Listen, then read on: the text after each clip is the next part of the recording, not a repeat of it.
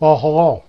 You recall a few weeks ago that President Bush was addressing the State of Israel, and within that speech he alluded to Neville Chamberlain, the British Prime Minister in 1939, and how he had attempted to appease Hitler and the Nazis prior to World War II.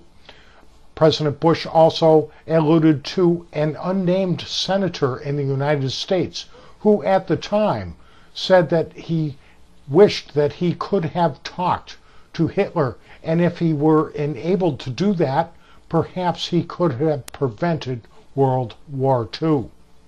Obama and the Democrats immediately jumped on this and claimed that President Bush was attacking them from foreign soil and that he was misusing the occasion. Now, just this week, Obama has done the same thing and has misused the occasion of Memorial Day to further his agenda and lie once again to the American people.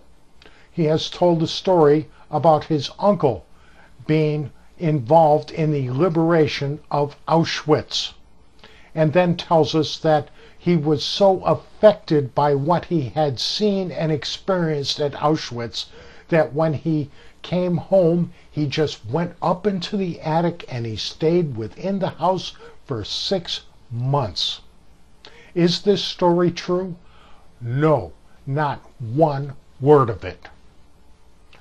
Back in October of 2002, speaking in Chicago, and once again this past spring, speaking in West Virginia, according to the Charleston Gazette, Obama has told another story about his grandfather.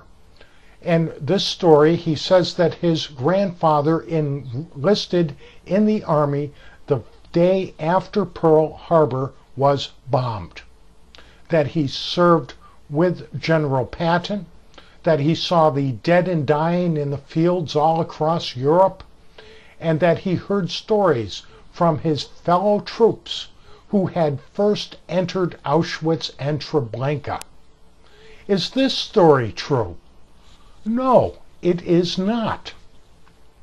I do not mean to look down or demean the record of Obama's grandfather or any other serviceman.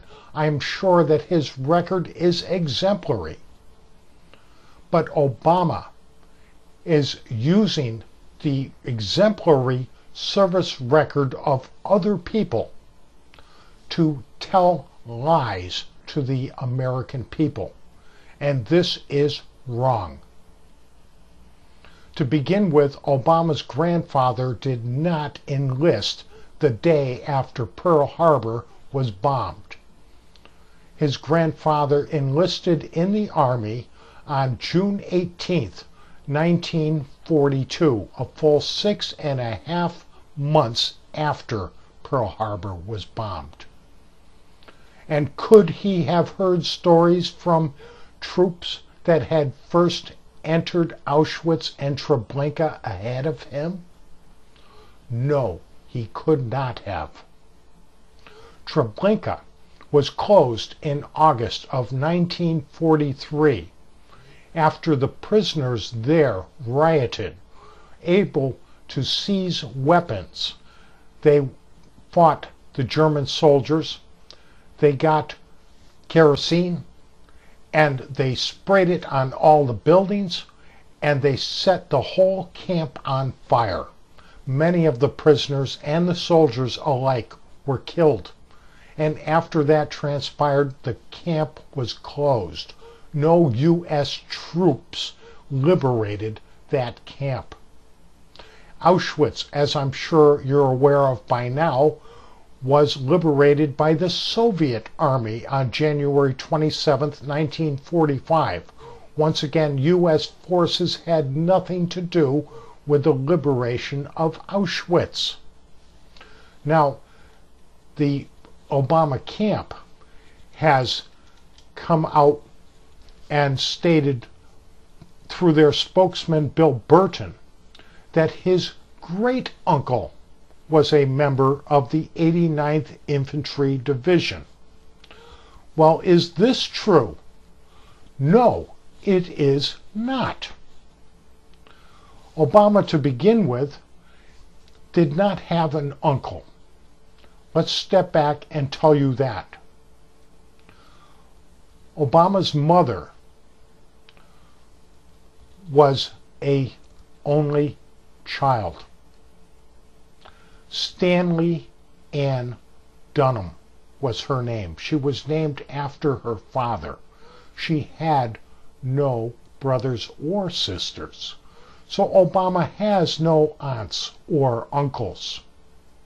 So once again, Bill Burton has told us that he was speaking of his grandmother's brother, who is still alive.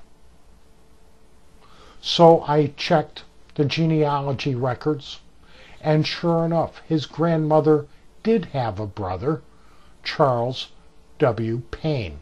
He was born in 1924. So fine. And I checked. Sure enough, he did enlist in the armed forces on November 10th, 1942. So the media would like this to all go away and for us to believe that Obama just simply misspoke. We're told that the 89th Infantry Division liberated Buchenwald. Well, it turns out that that's not quite true, but they did liberate Ohrduf. And even the Holocaust Museum tells us that the first concentration camp liberated by U.S. troops was Ohrduf. So this is the camp that Bill Burton would have us believe Obama's uncle liberated. But as it turns out, this was not a death camp. It was a work camp and a camp for political prisoners. They did not have a crematory furnaces there as they did at Auschwitz. Nothing that would so infect your mind that you would have to go up into the attic for 6 months. And as it turns out, Obama's great uncle could not have been involved with this, could not have been attached to the 89th Infantry Division, and was not involved in the liberation of any camp. He was a sailor. On November 10th, 1942, Charles W. Payne enlisted in the Navy.